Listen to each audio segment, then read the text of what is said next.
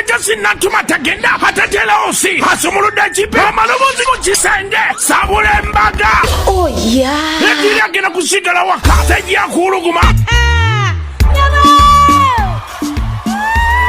Olina okusala wanti kibulamu waliwo agamba nti omala budde jangu senga nantume akubangule mu bukondo bw'omukwano.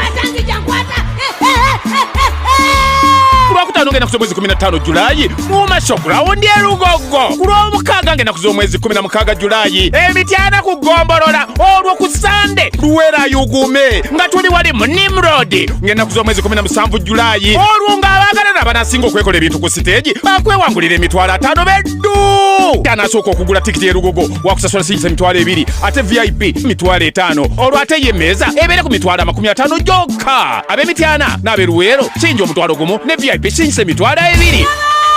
Nebitegekebwa Sula Mwa Events.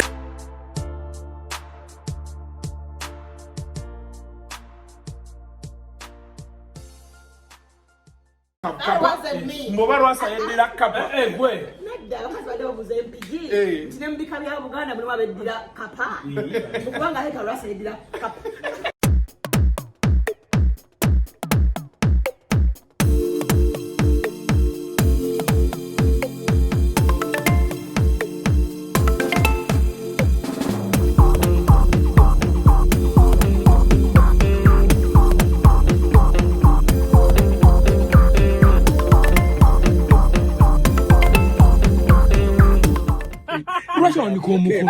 Good morning. Rwaji.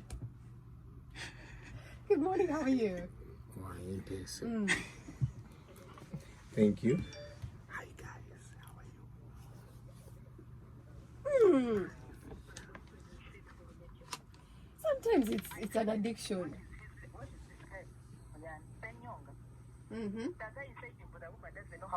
How do you really compare Queen and the demon? So you should. The spirit of this Jezebel, you get a point. Which means he then forgot about that. It's okay, it's cohabiting or is married, or is in a relationship with a girlfriend. That means now he has to negotiate with a spirit during emotional exercise. Which spirit? That's what we are talking about. Yes. Is it a Sagaimon, yes. You get a point. And you are backing it up with what? Pornography. So what the lady maybe has to do like a partner, she just has to help him, not to let him be alone. Yeah. Whenever you're free, take him out, go for adventure, exercise, go for swimming, in that he can take the mindset. Once he picks it up there, But let's be honest, this is something that even you as a partner may not be able to help. Some things, but some professional help. Pfizer, you said so called them. This guy, the problem we are having at hand, the guy is addicted to porn, right? The guy is addicted to porn. So the woman is saying they have it once a week, right? They can have it Once like a month. Once a month. It started every day, then it went to once a week. Now it's once a month. They have been together for a year. For a year. No mukazinga yakajanja, just a year. So this the previous caller says you somehow go out, hang out, what Distract him basically. I said distract him how? That is usually the cure for addictions. Don't be alone, be with other people. Yes. Yeah, but not this addiction. Yeah, I mean the lady just has to begin moving around the house naked. That's all. So that every time the man wants to look at something like that, he can look at the wife. Then of course the man needs to move. The woman needs to find out when he's watching these things. One, they can start watching them together. That is one. She picks a few styles from there. Kati then these styles azitandika ate yengo omuntu. Yes. This was where they tie you on the bed. Mbireke, you don't want me to go there? Hey, it's a family show. In the morning. I thought it's a show for the car. But where they listen in the car. When people are driving to work. But do head on to 933 KFM, our social media pages, and drop in a thought or two, and make sure you give some help. But on my side, this is something that even you as a partner, like I said, you may not be able to help. This person actually probably needs professional help, real professional help.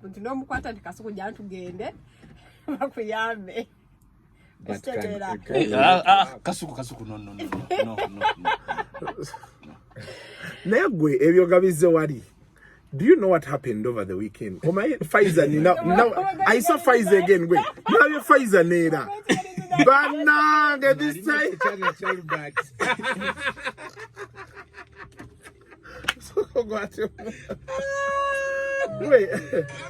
Wait, now Pfizer. Did I see you at Rostan, right? No, it wasn't. You were not there. It wasn't you. Adechi. We discussed Thursday after the show to get a after which show? Here can talk. But why to Gambia? Oh, I nenera bida.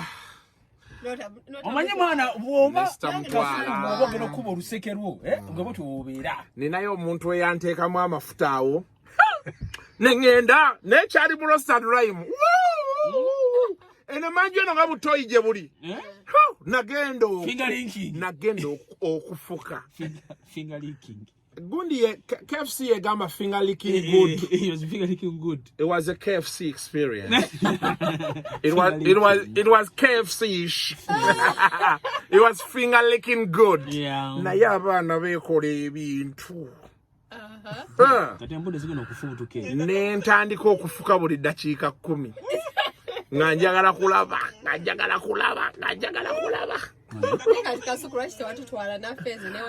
Faiza bali bantu bo. Obera ne complimentaries. Nze nsasula nze sikyagala byabwerere. Nsasula. No. Omanyi kyo ino tegeera wasike kankule. Nedda sebo ate abaswangs sebo ne gwoba omanyi tabeerawo ku mulyango. Omanyi totuka ku mulyango tolina gw'omanyi.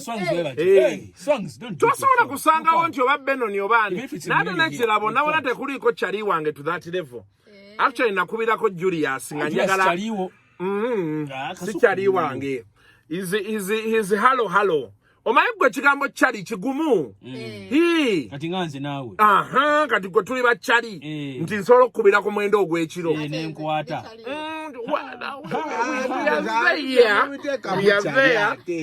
So naye kye nasalawo kati kyenjagala ennyo okukola.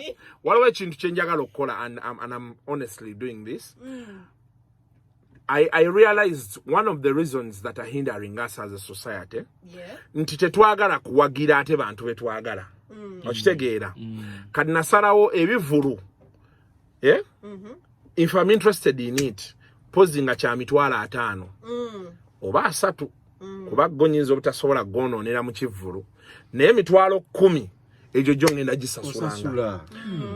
Ate even before lockdown bana abayimbi muno mwe bamanyiririra nina kye nali ntandise nga nsasula ku gate. Ticket nenjiragayo benti nga njikubye n'ekifaananyi nti nsasudde. Oleme kumbuuza nti onjogerako nga bw'oncontributingirako wa. Kati nenvaawo n'abali ku iTunes Apple music waabwe mugula. Era oli babeera ku Apple kati Epasi Bawaiki Benda Kabere Jenkins music waabwe mugula. I have their albums here in my phone. Oli waayogerera kyonna nga mugamba sebo nze nkwogerako nga consumer. Byokola sibitegeera. Akana kakumanyira. But that is one of the best ways, I think, as we to have moral authority. Moral authority, but also us as we critique, as we seek to give opinions. Tubeko kye tubaddiza. Okitegeera. N'abo abawagiza abali eyo naline chameleon nangamba. Waliwo kye bayita production. Period ya production oluyimba w'olulowooleza n'olukola mu studio n'olumala. Obeerayo bwogu ne producer. Naye bw'olufulumya ate buli omu n'aluwako. Kati ate atakuwagidde kugula music. Nakuvuma. Okitegedde. So yeah, that's what's up. Naye nga so chovola nabagamba abantu wano ne bana abantu abavuma ab'omupiira. You have never been to England. You don't even know where the British High Commission is. And you are abusing a football player. You don't even pay. You don't even buy an original jersey. Yeah. Ate gundi yangamba Imam Kasozi nti there are 3 types of people. Waliyo ba subscriber, members. Waliyo ba members. Waliyo ba supporters. Waliyo nafa abawendowooza yaffe. Kati member abeera member wa club nga contributinga buli mwaka. Supporter be bano bangulayo original jersey baani season ticket holders. Kati ne wabaawo nafa abawendowooza yaffe. Kati abantu abasinga ne Kasuku live kuno. Okay, ba member banga abasinga kuno ba supporter. Balaba. Nate waliyo bali nga alabira na ku simu ya wasiki. Tasobola genda mbale view ye.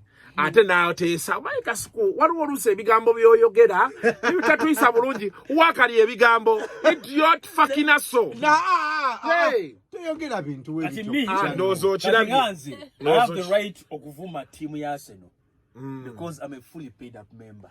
Arsenal Sports Club. And this is my number. And this is my number. This is my phone number. 4362117. Abduwasike. Yasemba gulachi, yasemba kuteka yodi. Di? Every season. Ayinza okubanga kati waneeraga membership nani ogenda kusasulayo season yeno.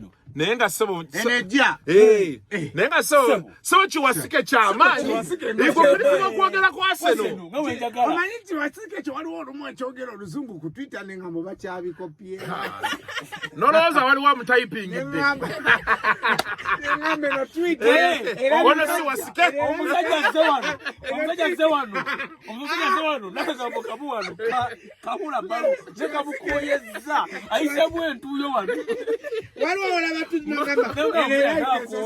South Africa.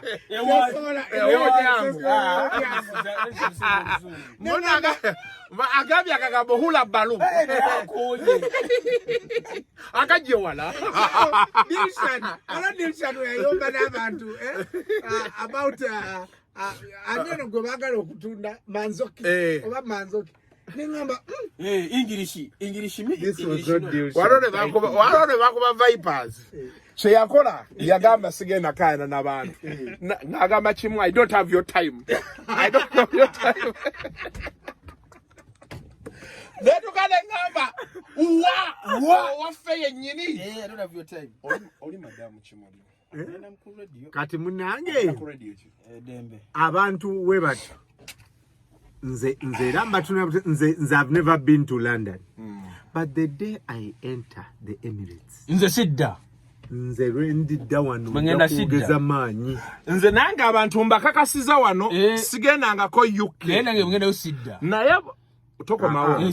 Obomba bobombi. Wachi obombi. Wasike wano kusengezo kyakola wano wasike ntono nnyo. Nayanze Mwami Mulindo abine bigambo byogera abimanyi. Abimanyiko. Appreciate him when he's still alive. Tagamye nchi bamuwa. Naye agamye nti. Nayenze nange lwenali nyebungereza nenge na Old Trafford. By the way, gwendi kuba olusekerwawo ngulira origino. Nzije nayo njitimbe bulungi mu kigirasi. Ndiyo nkuvumi eya maniyo.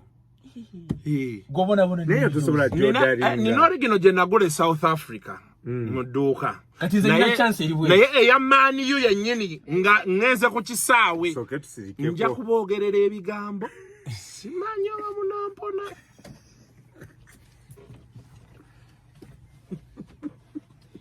The 200 striking teachers domains of President 7 Ghana does to fast-track establishment of a national body to check drug abuse. West African Air Force leaders lift sanctions on Mali and Tunisia constitution head false president's draft. Details at the top of the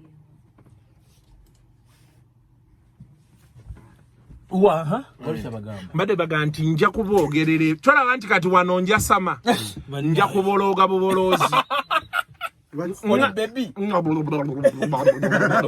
oli mwana ngamba Old Trafford ne olabya akantu kenkozaako kati nyina chance eri ndi Dennis Onyango buli lwajja antera jaze ya Arsenal original ku South Africa buli lwajja naye Dennis ekivubuka kino lwaki okide musajja we naye Onyango sina ke mufunyeemu abanango agenda yo yakola atya lwagenda South nga jali yabinkolera eri Onyango nze mubanja ne ya Melody Sundowns ate yajimpa Onyango ina presenter gwe yaleetera jaze ya Melody n'entuna n'engamba Onyango namuwongo tojjukirayo kati omanyi Onyango nze just bandetire yange ya Arsenal ya Melody size chi yogerere wano size chi none kuzinjeka ndimu extra yaje yo anela mpera noted September collect sale kubanga utasiro nene nyo nzajja kunkolera 4 yakawoya 4 kawoya ate ya yabala 8 Brad, then August September. Onyango siri musonyiwa nave na muongo sebo nangene ekisementi Now fachi oli mukazi okijjokidde anayisako nyumiriza nali ne Malaika ku Rostan Rhyme namusanga ku gundi ya Capital influencer Sweet Malaika influencer naye do you know the things Malaika did to me that day? First she was like Daniel. Okay, we had like a heart-to-heart conversation. Nangamba Kasuku, you guys, I miss you. Bichi. Of course, nanyonyola munembere yaliwo oshegera. Kati nangamba, but I still miss you guys. Bichi oshegereyo. Then after she was like, my God, come I give you a hug? I miss you so much. Najinjocha. Pointed the boobs in the zinkuba kuchifuba wano. Then Malaika, how are you? Malaika obaka Malaika kamize ku marusu lero. Kasuku wakulaba. Toswala. Faiza ali wali? No. Faiza omukwana ate bulabyo. Muchana wange obanda Albertino yakuyingiridde cha Albert. Nandi nze kati ateke nalabye Malaika.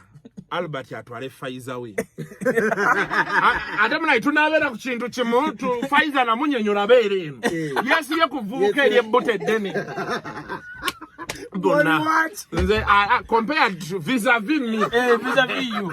Kavudde wala. Kawulidde. Kavudde wala. Kali kahula balo. Kawulidde. Oya ise mwentu yo wano. Vis-a-vis me. Gwenga ngwa ku Malaika. Na yebanange. Amanyi mulina manji. Malaika. Waliwo twali awo nno nga wali wa muswami. Naye nga bwangamba tajja. Naye nesagala mugambirawo nti tojja. Naye nga ali awo yeewaga yeekola ebintu. Aswami. Show etandika okubanga eggwerera awo. Abantu batandika obbooza buli omujjadda tulina kamiiri ne babasiima biki. Owaye ne ng'akyandeese ejjinja kukuba pate kangende mu pate. Nabaleka wow, but she misses us. She said, Daniel, I miss you. Bichi. Era ne tukanya, we are going, me and her, we are going to have lunch together. Tojja. Sometime at the Sheraton. Tojja. At the Sheraton. Tojja. Yeah. So Pfizer, I mean, wait it is a mango because as you can see, I'm on the market. you can stick with me. Yeah. And I give you keys with logos. Yeah. Yes, sir. Because 1,000 flies. Can't stand in the way of a broom. Yeah. Mama, yes. Kanga keys wezili. Anti kati echenja ule chiriwo. Ekisumuluzo kyo okirabye ebi andi wulirize. Ekisumuluzo ekyo okirabye. Olabye ebinnya ebikirimu. Anilo koloko biki. Tunuulira kino. Ekyokulala kino nakyo kina loko ne ekyo kino kyekisumuluzo. Kope. Kope ya origin. Kino kisumuluzo kya something that looks like a car. Okirabye? Ndo kati bw'okikyusa. Emotoka si etwala emijozi gya Vipers. Ndowooza okirabye. Tutambulirawo. Waliwo awatulize mulondo yayogera.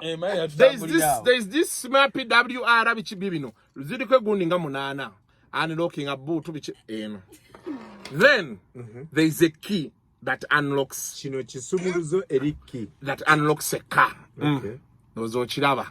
Naye tekisongola kikwata magnet n'okuma ate bw'oba okuma okola bukozi bwoti gy'ottaani n'oggyako engalo wangi neyeekuba neno nayo eyo osonse kabooti ng'ayingira entuli ate n'onyoola Kaka na mwana wa kintu. Obulako kimu kusookako kukitobya. Then you insert. Obanga akube motoka enema. Yes, dear, you okay? Let's get on it. You're fine? Yeah. Yeah. Sounds of our Italia with Joetta at 37 minutes after 9. The Mighty Breakfast, Bran and Pfizer. We have the one and the only Baby Cuckoo and Wabade Mo Rust and Rhyme. Yeah. Yes.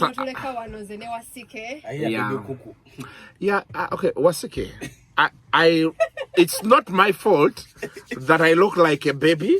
Yes, you know. By the way, ugwene shy tamwinanja. Shy ate na wadi we study.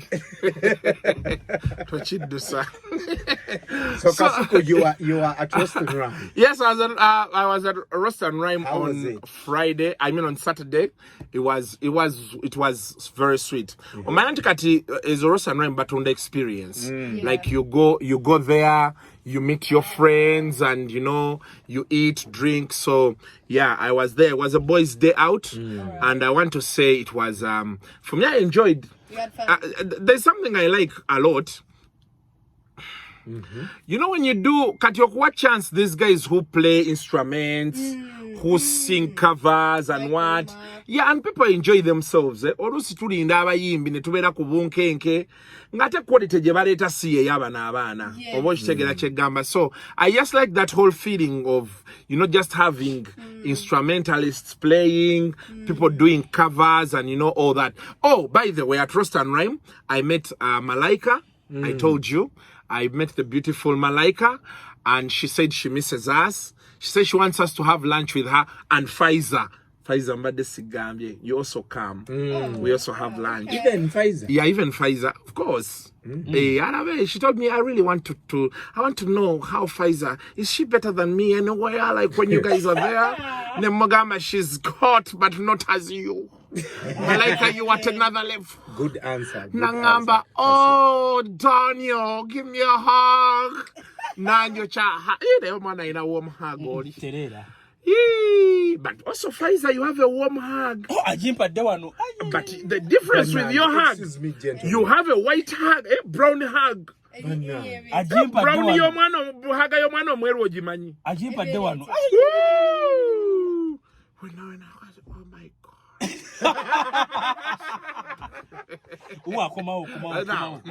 So that's like what's up. Then I also met Roger Mugisha and his wife. Which way? Muchala way. I know Muchala way. But you're the one who told us here. They bali ba divorcing na marrying omulala. Yes. Era nangamba they've been together for 23 years. Ne first one of his children. Oyo muchala yabaina. What's going on? And we really had a good time. Muchala mami, she's free. She's okay. Nangamba ya cocktail. You want cocktail? Cause I don't want cocktail. Ebyo byenjagalira ddala bentuuka abantu nga bandiko nywa kano lya kano eat here drink.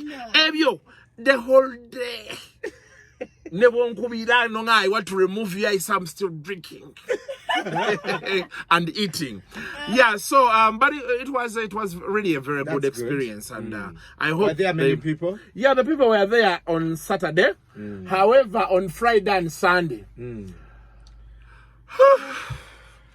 Tears on my pillow, baby. Excuse me, Mommy Julius has listens to this. Well. So you want me to say things I don't know? He's your friend, by the way. Now in the car. Don't do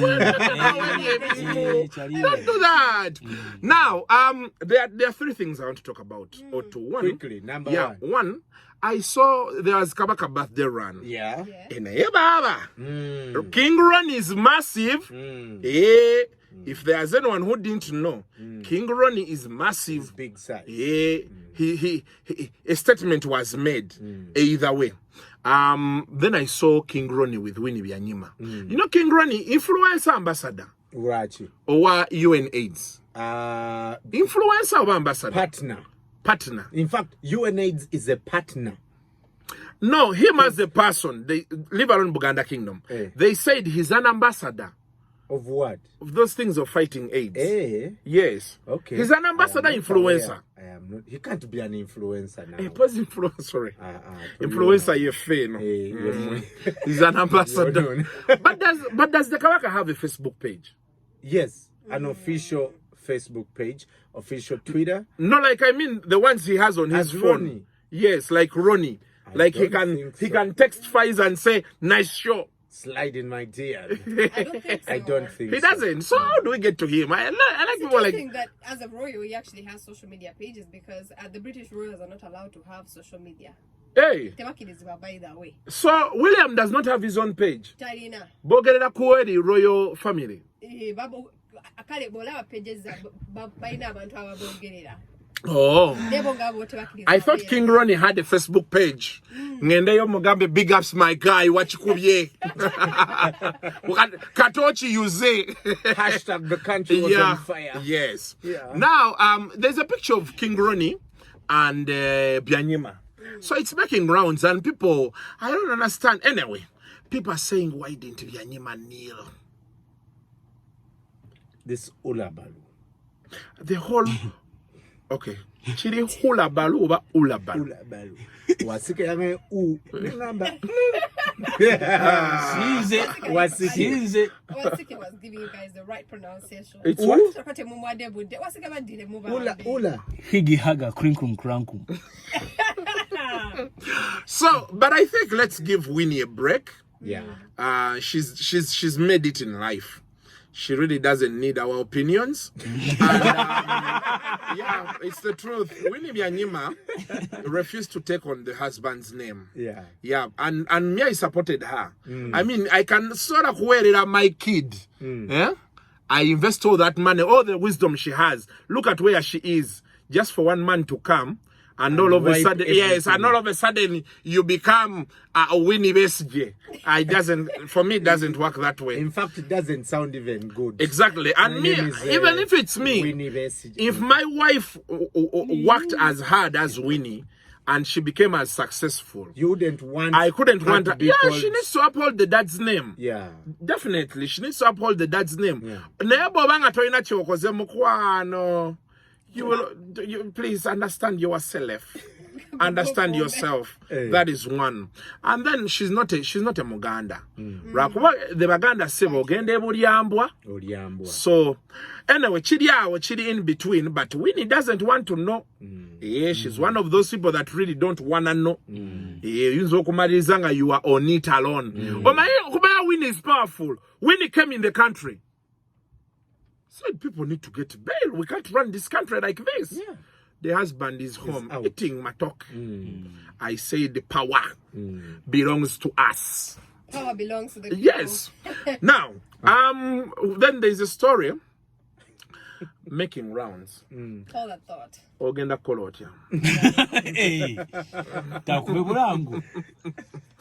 So mbadde njagala kujja ne story ya Lwasa. Naye ogamba stories doing around. She's powerful and what? This is country bichi. Wajjeyo tweet.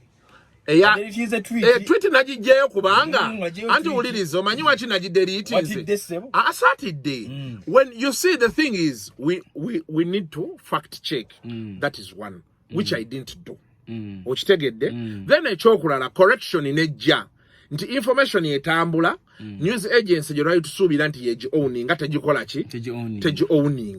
Definitely I had to retract. I thought it was Wasike bana abanauganda tewali asobola kunkubira simu ng'ekintu kyendiko nkikakasa.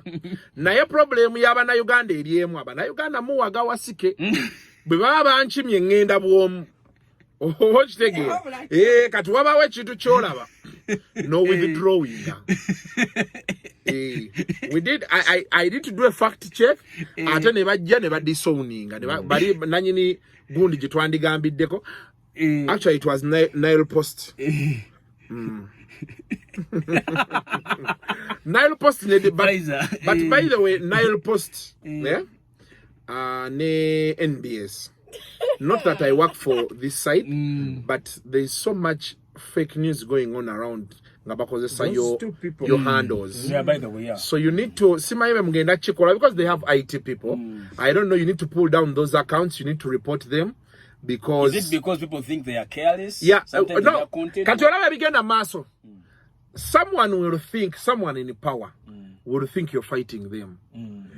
Abantu oluusi kati olaba ku ntale ezigenda maaso. Oli asobola okulaga omukulu nti fake tweet nti ondoozo balaba bawo bakkuba.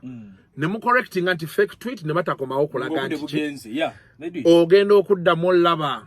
Byemitu byatamala emirundi byagamba. Ate ekirungi we bali balina okuba nga bayigirawo. Yeah. Waliwo ko WBS nga y'amaanyi ne be bazimba ekizimbe ekyo neegwa. Era nabo omukulu bagamba banyigamu n'omukulu. Omukulu na withdrawing ebintu ebisinga. Kati ne mutabani wali Faiza yomulaba otya. okimanyi kisa kyanzali luzira. Elvis Bamutute. Yagenda wiki omusajja nga mugaga get on the bus. omukyalo oli yagamba bamanja 900 million. Wow. But anyway, ebyo tebyewuunyisa. Amabanja. Everybody can fail to pay Nageno debt. bamanja ano wendi So sawa yonna. nayenga, man, it's terrible. It's really not Nate good. Faiza kusendeza soso And, funas azimpe sukene shooting. Yeah, so that's it. But they need to check next media. By not checking not because I work here, but me I know. I'm not a politician. I don't know what naye fetubera ye nonga tuwulira ebintu we bikola. Abasajja be bananyiiga ne balowooza nti mwe mubalwaniza. Tolaba nti mubali kumpi mubategeera bakyali bammwe. Tables turn. Anti example gye nkuwadde nti awo we bali waliwo WBS nga y'amaanyi. Naye kati WBS n'okusanga obusanzirogo yaayo. Tosobola. Bakwata. Musajja ayogera bogeze ebigambo ebiri bisatu. The last we knew they were under receivership. Yani yatwala WBS. Twatwala ko Bana bakwese. Ekwese mu mwadwa. Naye kwese balina ekintu kimu kibale balina. Internet. Yali dukanga sasi. Kati ye kwese yabaki omugagga. Ono yagisuula. Anti omugagga kati naye yalwana ne NRM ya Zimbabwe. Ne bamunyiga. Kati yawunya. Naye nga bana bafuna sente. Naye nga omusajja yali mugagga. Bafuna sente. Bana bamulondo bano. He's still rich. But of course they frustrated his effort. Chekizibu kya governments mu Africa, chekiri kyembadde nkugamba. Chekiri kyembadde nkugamba wasike. Nti bw'olaba nzijayo tweet nga ntegedde nti si ntuufu ndeka. Mugabe yamunyiga. Yali Mugabe teyali ono. Mugabe. Abana bakwese bafunanga sente. Bano bamulondo bano. Kwese bafuna. Babeni Mwine. Nze nange bampitako ku kwese. Mwine teyali boss. Bampitako ne bangamba simayo gy'okola gossip w'abazannyi.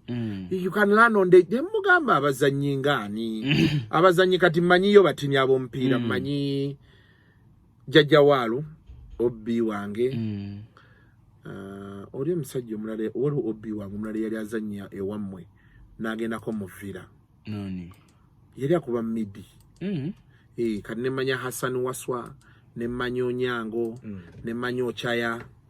Ani omulala awo. Bengo naye mumanyi. Naye gwe yali kitende.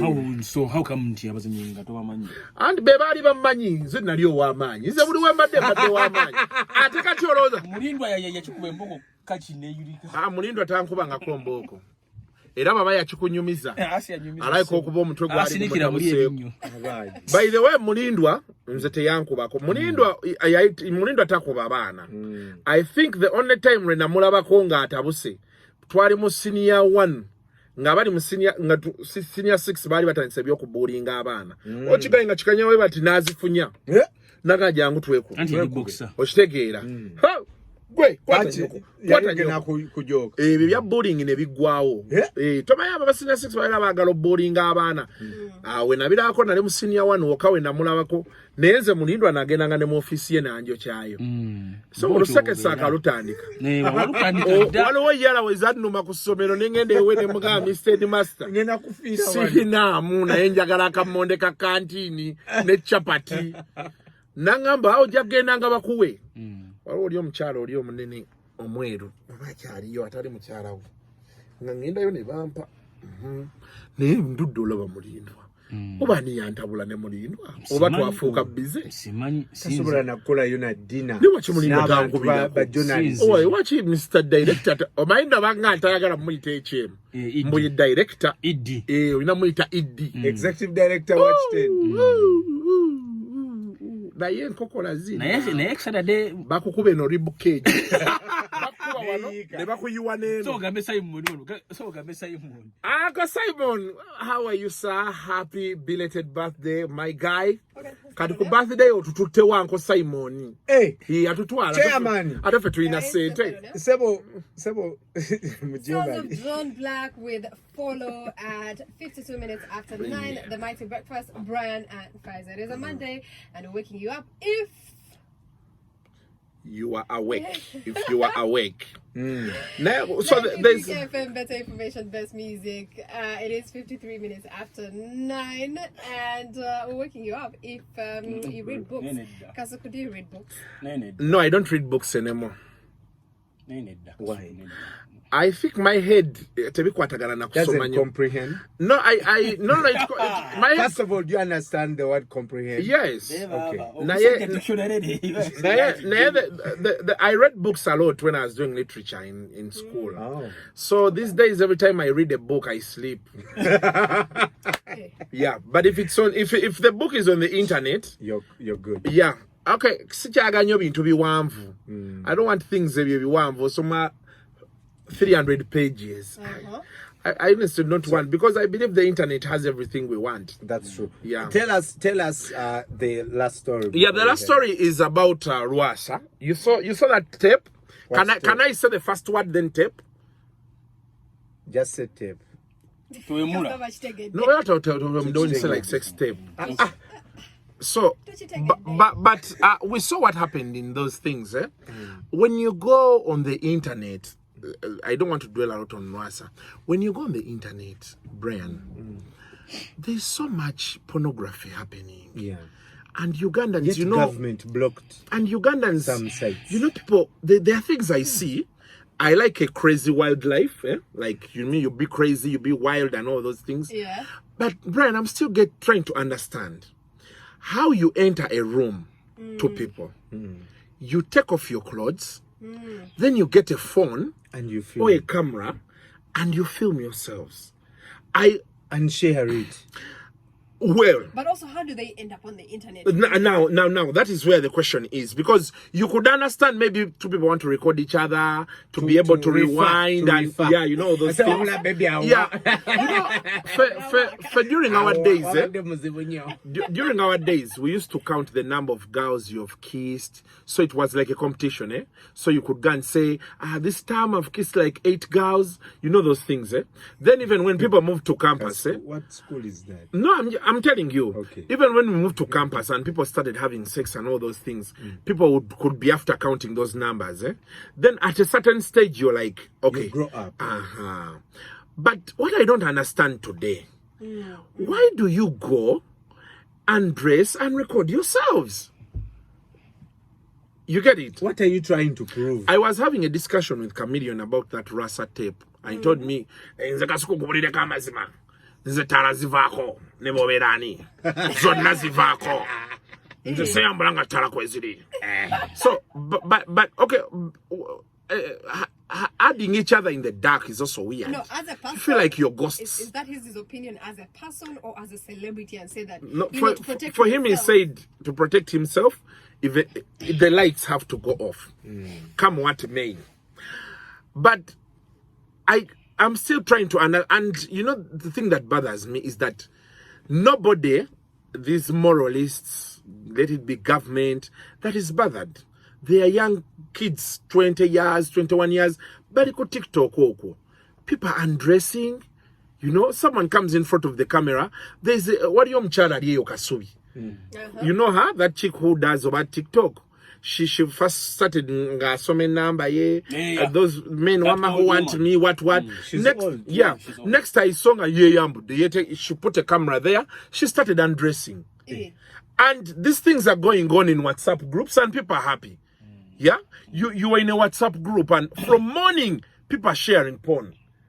And you're asking yourself, like, When do you yeah, not like I don't like these things. I like them, but what is tutukawa? How far must we go? You get what I'm saying? Like, what are the limits? Yeah, I think as a country we need to sit down and start asking, how far do we have to go? That's quite true. Yeah, there's people who began, you know, like, okay, you can take a photo of your boobs, you remove the face, you send. I mean, because the internet does not forget. Now you're going to sit down, you are 50 years. You are honorable member. What about Yimbi? Do not use omuyimbi go twali winding ebintu embi yakola. Na nkubira simu. Nangamba Kasuku nina abaana. Abaana balaba ebintu ebyo. And I asked him, nze nabikola? Go wabikola. You get what I'm saying, eh? So I think we need to see how we move as a country, how we move cautiously. I know it's possible the people in power like it this way. But we need to be better. I'm tired of seeing sex tapes. We need to query. I'm tired of seeing pornography. Sign us out, Yeah. please. And then before I go, Lwasa said when they asked him about those things, he said, "Oh, Kalo Yenze, that's what you want. That is me. So what will you do?" Then again he said, "So what about your in-laws? The in-laws can come for their daughter if they think I'm embarrassing them." He but me muwala wawe. Awe nategeredde ate Lwasa wa amaanyi. But the Muwala is the one who recorded the video. Mbote yali Angel, because I saw Angel's interview and she's also crying. Hey. He was with another. But then also what I saw there, the first one, the size we saw, vis-a-vis this one, the sizes differ. Okay, we shall be catching up next week again on Monday. Pfizer, Yes, Pfizer, are we going to see each other this weekend Yes, sure. with Albert again? Yeah, you leave that guy. You know, because I don't want Bantwali when you're there. Yeah. Sagara, you know, because let me tell you, I don't want Malaika to take me when you're here. Yeah.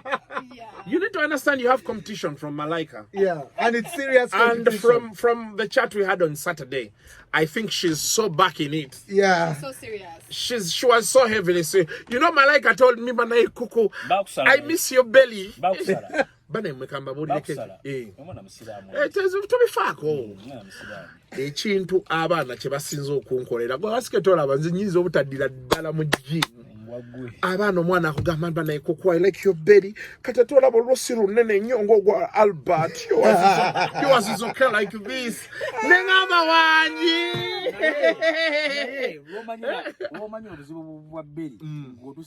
Ebyo bibyo. Kati dakuzi waliyo kamuwanvuya. Kamuwanvuya tokamanyi? Obanga asika. And you become elaborate. Olonalo luzungu. Luvudde wala? Mukiibi mazike mugulire. Ali awo. Mukiibi mazike ali mivule. Twali naye nga tugenze olaba Ssejjirinya. By the way guys, kusaawa today ngenda kuta video ya Ssejjirinya. Twagenze egundi ekigo okumulaba. Yes, we went to Chigo to see Segi, and I think he's doing well. Yeah, I think he's doing well. Yeah, I think that will do it. Yep. Today Linda Den is not here. Why? But there's Ruth Kalibala. Oh, Ruth fucking nigga. Yeah. Ruth, come and say hi to my peeps. Ruth fucking nigga. Ruth, come. Ruth, my fucking You see Ruth? Nazarawan. Those are sister omulabye. She all looks good. Thank you. Hi. Yeah. Hi, guys. I want to host her tomorrow on this channel. There is a discussion I want us to have. Okay. About the rampant sex tapes and pornography being around. But Ruth, you better to go show the ngamba ndalabye Lwasa. Mu Lwasa alinga kapa. That wasn't me. Mu Lwasa yendira kapa. Nedda abakazi bali obuza MPG. Tinembika bya Buganda buli wabeddira kapa. Kubanga heka Lwasa yeddira kapa. Mama. Ennuna gye yanonyemu akantu. Ochenyimiza. naye akantu kali ke twalaba ne kano nga byawukana sister. Yakanye mu kyenyi. Naye mama n'omwana omuwala aliwo ebituntutu. Wakiyewedeya mulwasa omuwala yashevinga n'asigaza ebituntutu. azikiza kadaliyasi Bami Kasuku ndeka wammalejja. Ebituntutu wabirabye. Ngambye. Naye omuwala Mani kasaba bakolokote nnyo omutwe. Onosaka shawuli. onfuna ebituntutu. Uda kukozesa aftershave. Kati yakozesa aftershave. Nona mbuza kubuuza. Nafuna Bana uda bakazi bawubanye by'emiti bikodo. Timma. Omwana yakozesa vu yakozesa ki. Ndowooza okitegedde. Kampe kondabeko. Ka video ate kati gwe wategedde otya nti alina obutobututu. Abaana ba empijja abakyala babadde banyumya. Empijji nga banyumya. Ne beebuuza. Naye Ssaabasajja akimanyi nti waliwo ekika kyalina okuteekawo. ekika kya kapa yabaddeko akakapa akanywa amata. Oh my God. I want to watch it. But ngenda naye nze sikalina nange sinakalabako. Uncle Bula mulwasa yabaddenga kakapa. Speak English on brand from KFM. Ono mulondo nno oluganda lwe lwamufuula Mwana ye kyali mulondo. mulondo mabeera mulandira Oli mulondo oba mulondo. mulondo. Bayo lokuno mulondo gwe bali. You want to find out? But the way you're looking at Ruth, you're looking at her in such a way my like son-in-law. in it's just Hey, in because case. you're married. Oh, ate nze it's okay. Son-in-law Ruth alina bawala be aba Batano. akati right now abali right bali basatu. Haldridge, Hamrin, Wewe mwegedde bulaya. good year mwitanga Hamrin. Ate gwenye. Haldridge, Hamlin, Nenisha. Yes. They are ripe and ready to be harvested. But so okubanga ojja we harvester olina okumanya nze nfuma ne bawala bange bwe nkusanga n'omuntu omulala yonna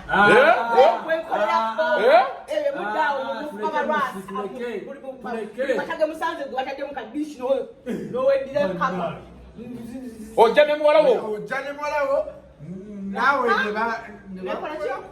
ono tabaako abeera ku watchdog.